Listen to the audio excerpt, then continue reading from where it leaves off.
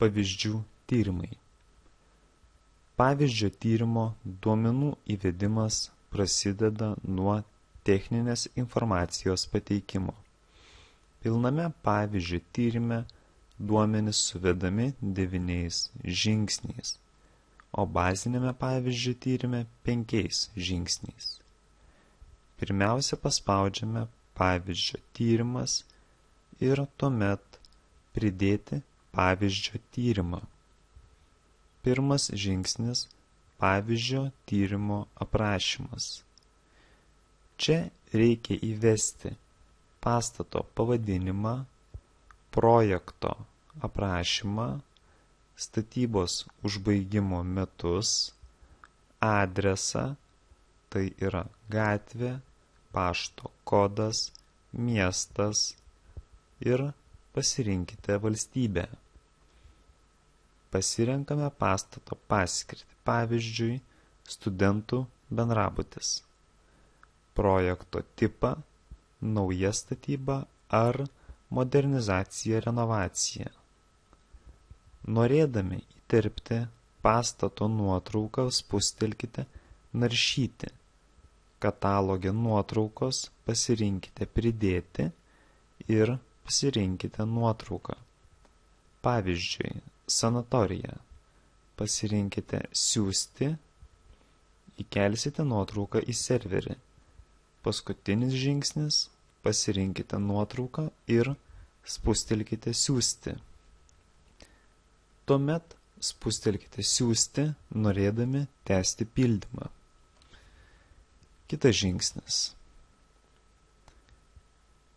Čia nurodome, kokia yra klimatinė zona, pasirinkdami iš sąrašo žemiau. Tuomet įvedame naudingą pastato plotą. Tuomet pasirenkame ploto skaičiavimo metodiką ir skaičiuojamąją statybos kainą eurais. Tuomet įvedame funkcinių vienetų kiekį. Pasirenkame energetinio naudingumo sertifikato klasę.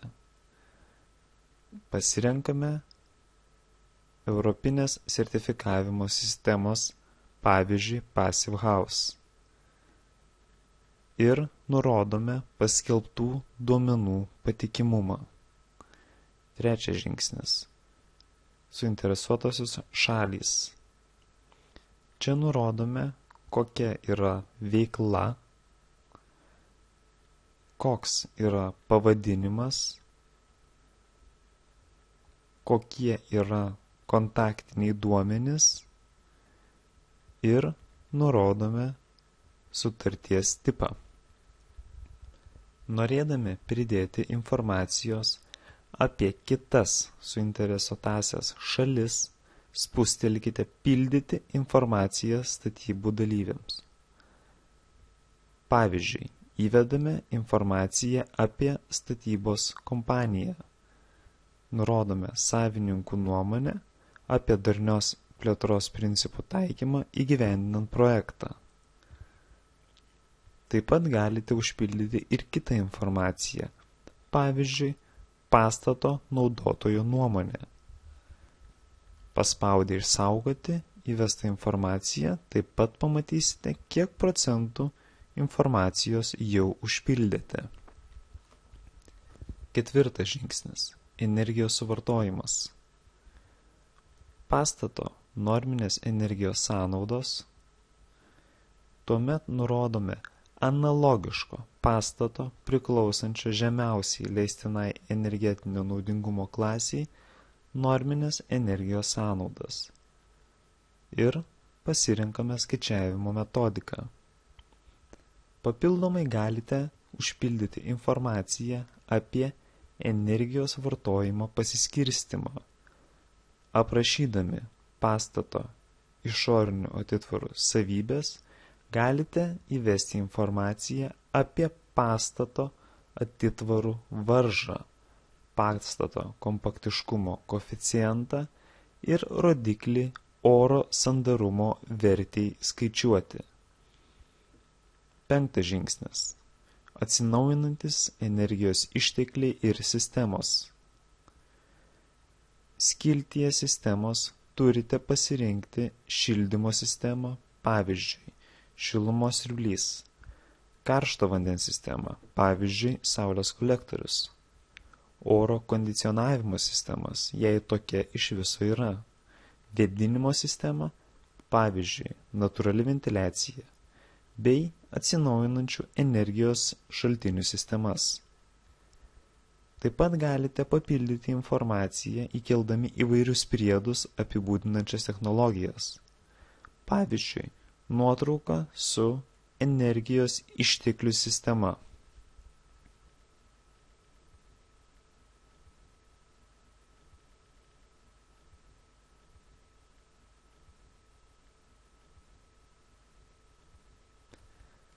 Šeštas žingsnis.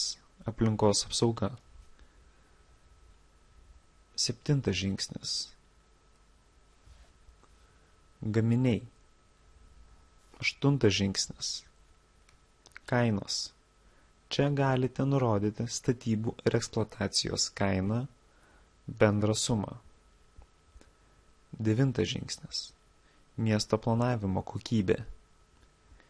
Miesto planavimo elementai, sklypo plotas kvadratiniais metrais, užstatymo plotas procentais, automobilių stovėjimo vietų skaičius. 10 žingsnis. Nuotraukos. Pastato nuotrauką galite įkelti, spusteldami nuotraukos, pridėti ir pasirinkti nuotrauką. Galiausiai spustelkite siųsti ir jūsų nuotrauka jau įkelta. Įvesta pavyzdžio tyrimo koregavimas. Jei norite pakeisti pavyzdžio tyrimo informaciją, atsidarykite mano puslapis ir spustelkite koreguoti. Taip galėsite pakeisti dalį informacijos, pavyzdžiui, naudingas pastato plotas skiltyje aprašymas. Nepamirškite išsaugoti pavyzdžio tyrimą po kiekvienos korekcijos. Po peržiūrėjimo jūsų pavyzdžio tyrimas bus matomas tinklalapio puslapyje pavyzdžių tyrimai. Ten taip pat yra paieškos skiltis, leidžianti surasti konkretų projektą.